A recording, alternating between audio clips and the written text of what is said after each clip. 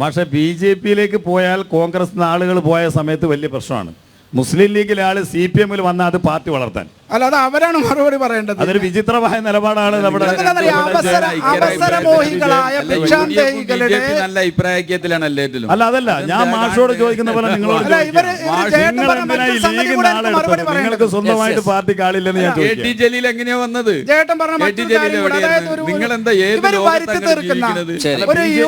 ബി.ജെ.പിയിലെ ആള് വരുമ്പോൾ പറയാൻ ശ്രമിക്കുന്നുണ്ട്. ബി.ജെ.പിയിലേക്ക് ആള് വരുന്നുണ്ട്. കോൺഗ്രസിൽ നിന്നാണ് വരുന്നത്.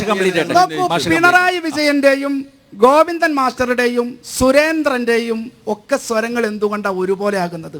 അതിനെക്കാട്ടി നല്ല കെ സുധാകരനും അതേപോലെ തന്നെ ബി.ജെ.പിയുടെ അതിന്റെ സ്വരം ഇവർ ഒരേ സ്വരത്തിലാണ് കോൺഗ്രസിനെ ഇല്ലാതാക്കുക എന്നുള്ളതായിരുന്നു ഇവരുടെ എല്ലാ കാലത്തെയും അജണ്ട. നോക്കൂ, കോൺഗ്രസിനെ ഇല്ലാതാക്കാൻ വേണ്ടിയിട്ട്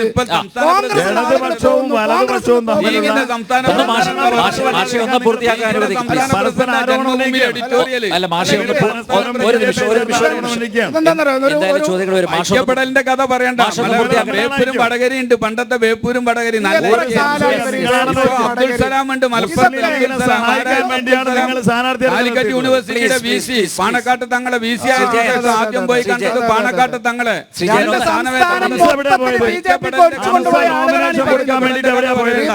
പശ്ചിമ ബംഗാളിലുള്ള മുഴുവൻ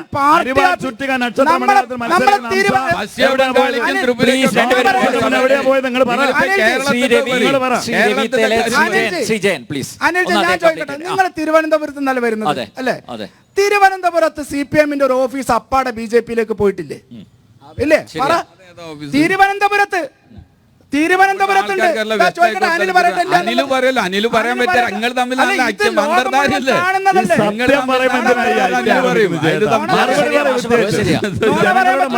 മുഴുവൻ കാണുന്നതാണ്.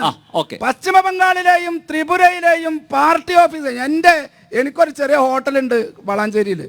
ആ ഹോട്ടലിൽ പൊറോട്ട അടിക്കുന്നത് പശ്ചിമ ബംഗാളിലെ CPM-ന്റെ ജില്ലാ സെക്രട്ടേറിയറ്റ് മെമ്പറാണ്. ഞാൻ അനുഭവസ്ഥനാ. അയാളിപ്പം ബി.ജെ.പിയിലായിട്ടുണ്ടോ? അല്ല, അയാൾ ബിജെപിയും ആ രണ്ട് കൊടി കണ്ടാലും അയാൾക്ക് ബോധക്കേടുണ്ടാകും. ഒന്ന് ബി.ജെ.പിയുടെ കൊടിയും ഞങ്ങൾ ഭരിച്ചില്ലല്ലോ. ഈ പശ്ചിമ ബംഗാളിലെയും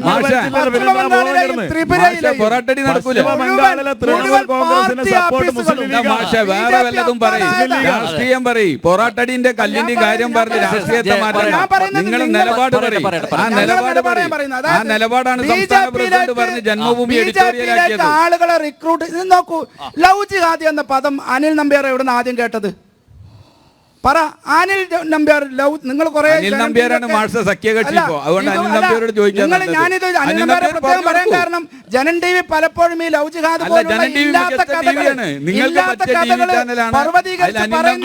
അതിനോട് എനിക്ക് യോജിക്കാൻ പറ്റും. അല്ലല്ല, ഞാൻ പറയാം.